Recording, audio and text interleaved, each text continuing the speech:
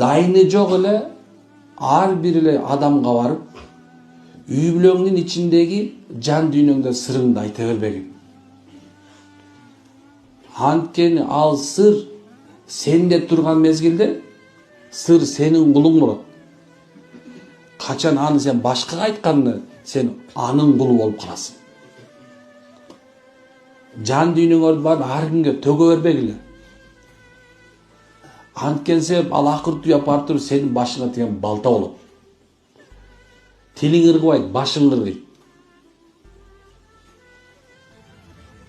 Бүгүн оор. Бир аз сабыр кылып койсоң, эртең жеңил болуп кетет. Бүгүн жеңил болуп атат, эми коркуп туруш керек. Аркасына бала келип калбаса экен деп, кыргызча айтканда дөөлөт тоголок, мээнет жалпак болуп, ылдый түшүп, мындай айтканда ылдый болуп алып, Кудайдан коркуп ушуга шүгүр я Алла, ушуну менен алып салба деп туруш керек. Мына ушундай. Демек, эмнекен биздин мусулманчылыгыбызда чагымчылык жок.